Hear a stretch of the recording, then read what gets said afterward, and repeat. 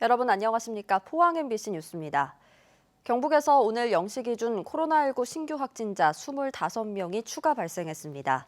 시군별 신규 확진자는 김천 11명, 구미 7명, 경산 4명, 경주, 안동, 영천 각 1명입니다.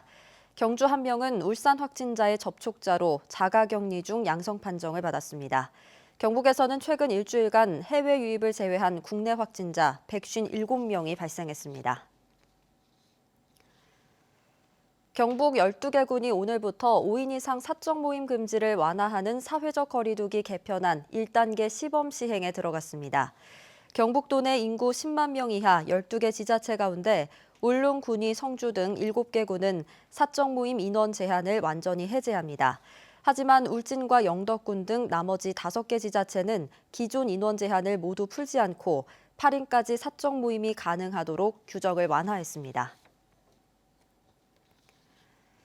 경주시는 코로나 방역 체계 구축과 침체된 경제 회복을 위해 1,685억 원의 추가 경정 예산안을 편성하고 시의회에 제출했습니다. 분야별로는 사회복지보건에 134억 원, 농림, 해양, 수산 197억 원, 중소기업 및 에너지 139억 원, 교육 22억 원, 예비비 33억 원 등입니다.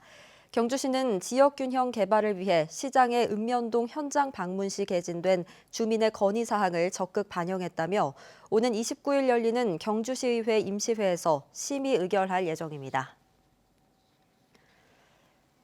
포항시는 최근 코로나19 확진자가 전국적으로 증가세를 보임에 따라 다음 달 2일까지를 코로나19 특별 방역관리 주간으로 정하고 모임 금지와 지도 단속을 강력히 추진합니다.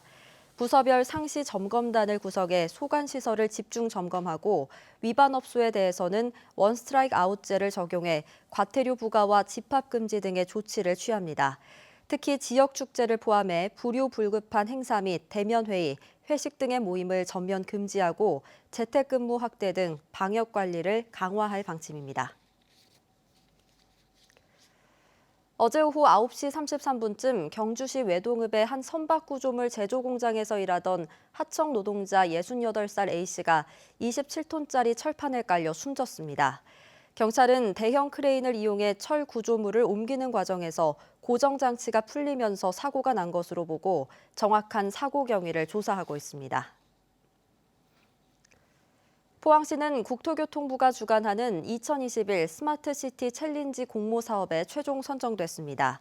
스마트시티 챌린지 사업은 포항의 도시교통 문제 해결을 위한 도로 노면 감지 시스템, 갓길 공간 인지 시스템, 수요 응답형 교통 시스템 등 4가지의 사업입니다. 포항시는 국비 15억 원을 지원받아 포스텍과 포스코 컨소시엄 등 참여 기업들과 서비스를 실증하고 본 사업에 선정될 경우에는 100억 원의 국비를 추가로 지원받게 됩니다. 통합신공항과 달빛 내륙철도, 행정통합 등 대구 경북 각종 현안이 제대로 추진되지 않고 있습니다.